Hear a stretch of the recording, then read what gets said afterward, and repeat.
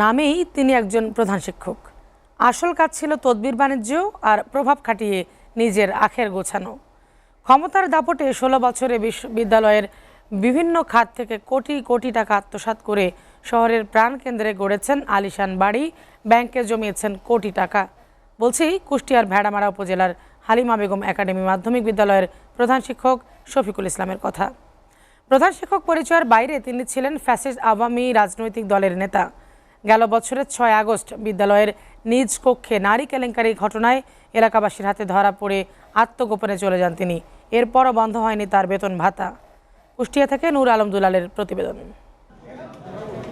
কুষ্টিয়া ভেড়ামারা উপজেলার হালিমা বেগম একাডেমি মাধ্যমিক বিদ্যালয় থেকে শিক্ষা গ্রহণ করে দেশের গুরুত্বপূর্ণ পদে আসীন হয়েছেন অনেকেই, কিন্তু গেল 16 বছরে সেই সুনাম ধরে রাখতে পারেনি বিদ্যালয়টি। ফ্যাসিস্ট আওয়ামী লীগ সরকারের দোসর শফিকুল ইসলাম প্রধান শিক্ষকের দায়িত্বে আসার পর থেকেই বিদ্যালয়টি তার ঐতিহ্য হারাতে থাকে। অবৈধভাবে 13 জন শিক্ষক নিয়োগ, এসএসসি পরীক্ষায় অতিরিক্ত অর্থ আদায় সহ বিদ্যালয়ের বিভিন্ন খাত থেকে কোটি কোটি টাকা আত্মসাৎ করেছেন প্রধান শিক্ষক শফিকুল। সেই টাকায় করেছেন আলিশান বাড়ি, ব্যাংকে জমিয়েছেন কোটি টাকা। বাদ যায়নি নারী কেলেঙ্কারির মতো ঘটনাও। বিদ্যালয়টি শিক্ষার মান রক্ষার্থে দুর্নীতিবাজ প্রধান শিক্ষকের অপসারণ সহ দৃষ্টান্তমূলক শাস্তি চান সাধারণ শিক্ষক ও এলাকাবাসী। যে একজন কর্মস্থলে এই ধারাবাহিকভাবে অনুপস্থিতির পরে কীভাবে বেতন আসে, কীভাবে কর্তৃপক্ষ করে, সেটা আমার জানা নাই। হাসানুল হক ইনু সাহেবের ছেলে, তিনি খুব ভালো মানুষ। হয়তোবা তার ভোলা ভ্রান্তির তার এমনকি চেক জালিয়াতি করে আমাদের অর্থ উত্তোলন করেছে। প্রতিষ্ঠানটা দুর্নীতিমুক্ত হোক এবং দুর্নীতিবাজ কেউ থাকলে তার শাস্তি হোক। জাসদ সভাপতি ও সাবেক এমপি হাসানুল হক ইনুর ছেলে বিদ্যালয়ের পরিচালনা কমিটির সভাপতি। তার বদৌলতে যা ইচ্ছে তাই করেছেন।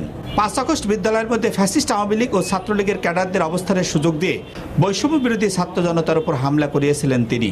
অবিলম্বে এই দুর্নীতিবাজ শিক্ষকের শাস্তি চান বিদ্যালয়ের বর্তমান প্রধান শিক্ষক। চতুর্দিকে তার অনিয়ম। আমি ভারপ্রাপ্ত দায় হিসাবে স্যারের বিরুদ্ধে বোর্ড থেকে চিঠি দিয়েছে, এই চিঠির আলোকে যেটা পানিশমেন্ট হয় সেটা আমি কামনা করছি। স্কুলের প্রধান শিক্ষক হঠাৎ আমরা শুনতে পাই পাশের থেকে যে এখানে নারী কেলেঙ্কারিতে আটক হয়েছে। পরে তখন তার অনেক ক্ষমতার বলে টাকা পয়সা ছিটায় জিনিসটা ধামাচাপা দিয়ে দিয়েছে, সুষ্ঠু কোনো বিচার হয়নি। তার বিরুদ্ধে 13টি অভিযোগের সত্যতা পান যশোর শিক্ষা বোর্ড। ব্যবস্থা গ্রহণের জন্য উপজেলা নির্বাহী কর্মকর্তাকে বলা হলেও গত 5 বছর ব্যবস্থা গ্রহণের পরিবর্তে তুলেছেন বেতন, শপথে ফিরে আসার জন্য দিচ্ছেন নানা হুমকি ধামকি। এই বিষয়টি জানার পর শিগগিরই ব্যবস্থা নেবেন বলে জানালেন উপজেলা নির্বাহী কর্মকর্তা। তার বিরুদ্ধে তদন্ত কমিটি হয়েছে এবং সেটা তদন্ত প্রতিবেদনও প্রেরণ করা হয়েছে এবং সেটার অলরেডি আরেকটা তদন্ত করার জন্য কিন্তু সহকারী কমিশনার ভূমিকা আহ্বায়ক করে জেলা থেকে কিন্তু একটা কমিটি করা আছে।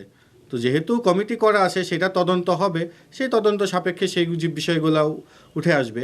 বিদ্যালয়ের সুনাম ফিরিয়ে আনতে সরকারের সহযোগিতা চেয়েছেন এলাকাবাসী। নূর আলম দুলাল, SATV, কুষ্টিয়া।